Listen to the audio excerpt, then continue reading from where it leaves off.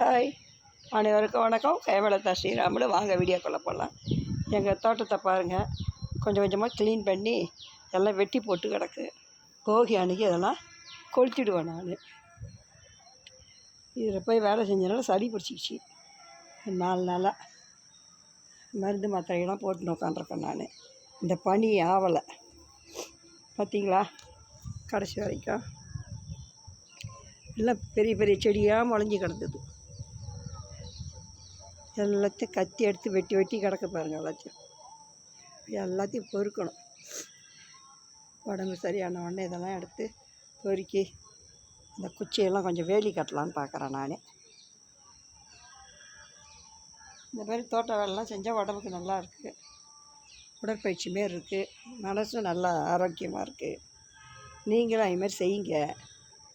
நம்மளால் முடிஞ்சது.